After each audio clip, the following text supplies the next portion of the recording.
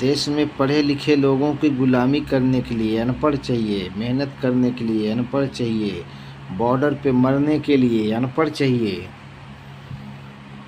हर काम करने के लिए मेहनत अनपढ़ चाहिए।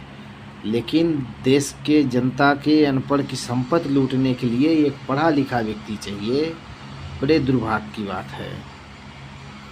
ऐसे सोच के हमारे देश में लोग बैठे हुए हैं।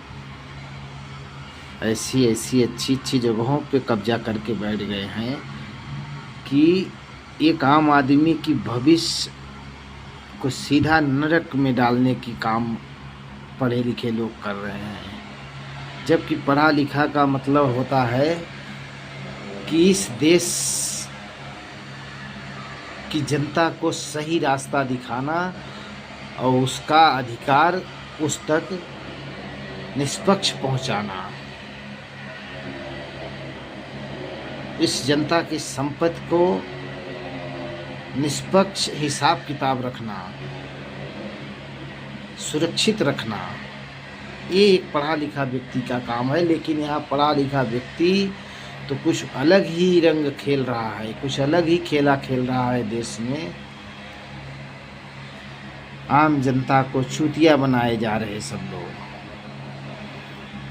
तुम्हारे जैसे पढ़े लिखे आदमी किस काम के, जब तुम एक पढ़ा लिखा व्यक्ति जो संविधान लिखता है, एक समान संविधान लिखता है, राजतंत्र इतने समय से चले आ रहा है, वो ख़त्म हुआ और एक प्रजातंत्र यानी हर एक व्यक्ति हर एक प्राणी का एक बराबर अधिकार की समय आई और एक पढ़ा लिखा व्यक्ति संविधान लिखता है कि हमारे देश को कैसे चलाया जाएगा, हमारे देश के लोगों को व्यवस्था कैसी की जाएगी।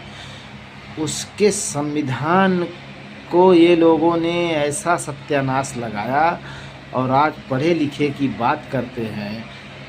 उस समय तो संविधान लिखने के वाले व्यक्ति के बाद गांधी खानदान ही ज़्यादा पढ़ा लिखा हुआ था।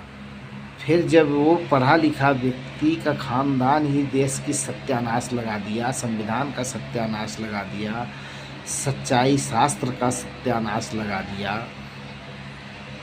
और कोई बात पढ़े लिखे की करता है। अरे मन से पढ़ा होना चाहिए, देश की सेवा करने के लिए मन सच्चा होना चाहिए।